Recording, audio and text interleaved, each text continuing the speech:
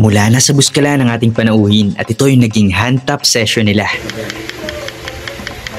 Astig at ngayon ay narito naman siya sa Sinagbaybayin upang subukan ng ating pamamaraan. At dito yung nag-freehand na ako ng ating disenyo.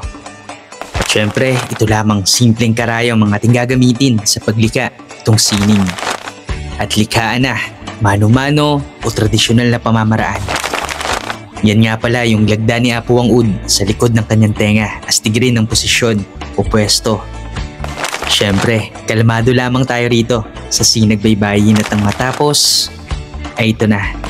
Ito ay baybayin na pakwintas ng ngalan ng kanyang mga anak, ngalan niya na sila Luis, Rina at Luisito.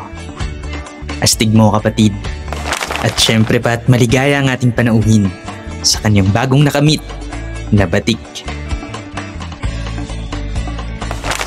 Batik, batuk, tatak, patik o tatu ay parte na ng ating mayamang kultura o kalinangan bago pa man dumating ang mga dayuhan.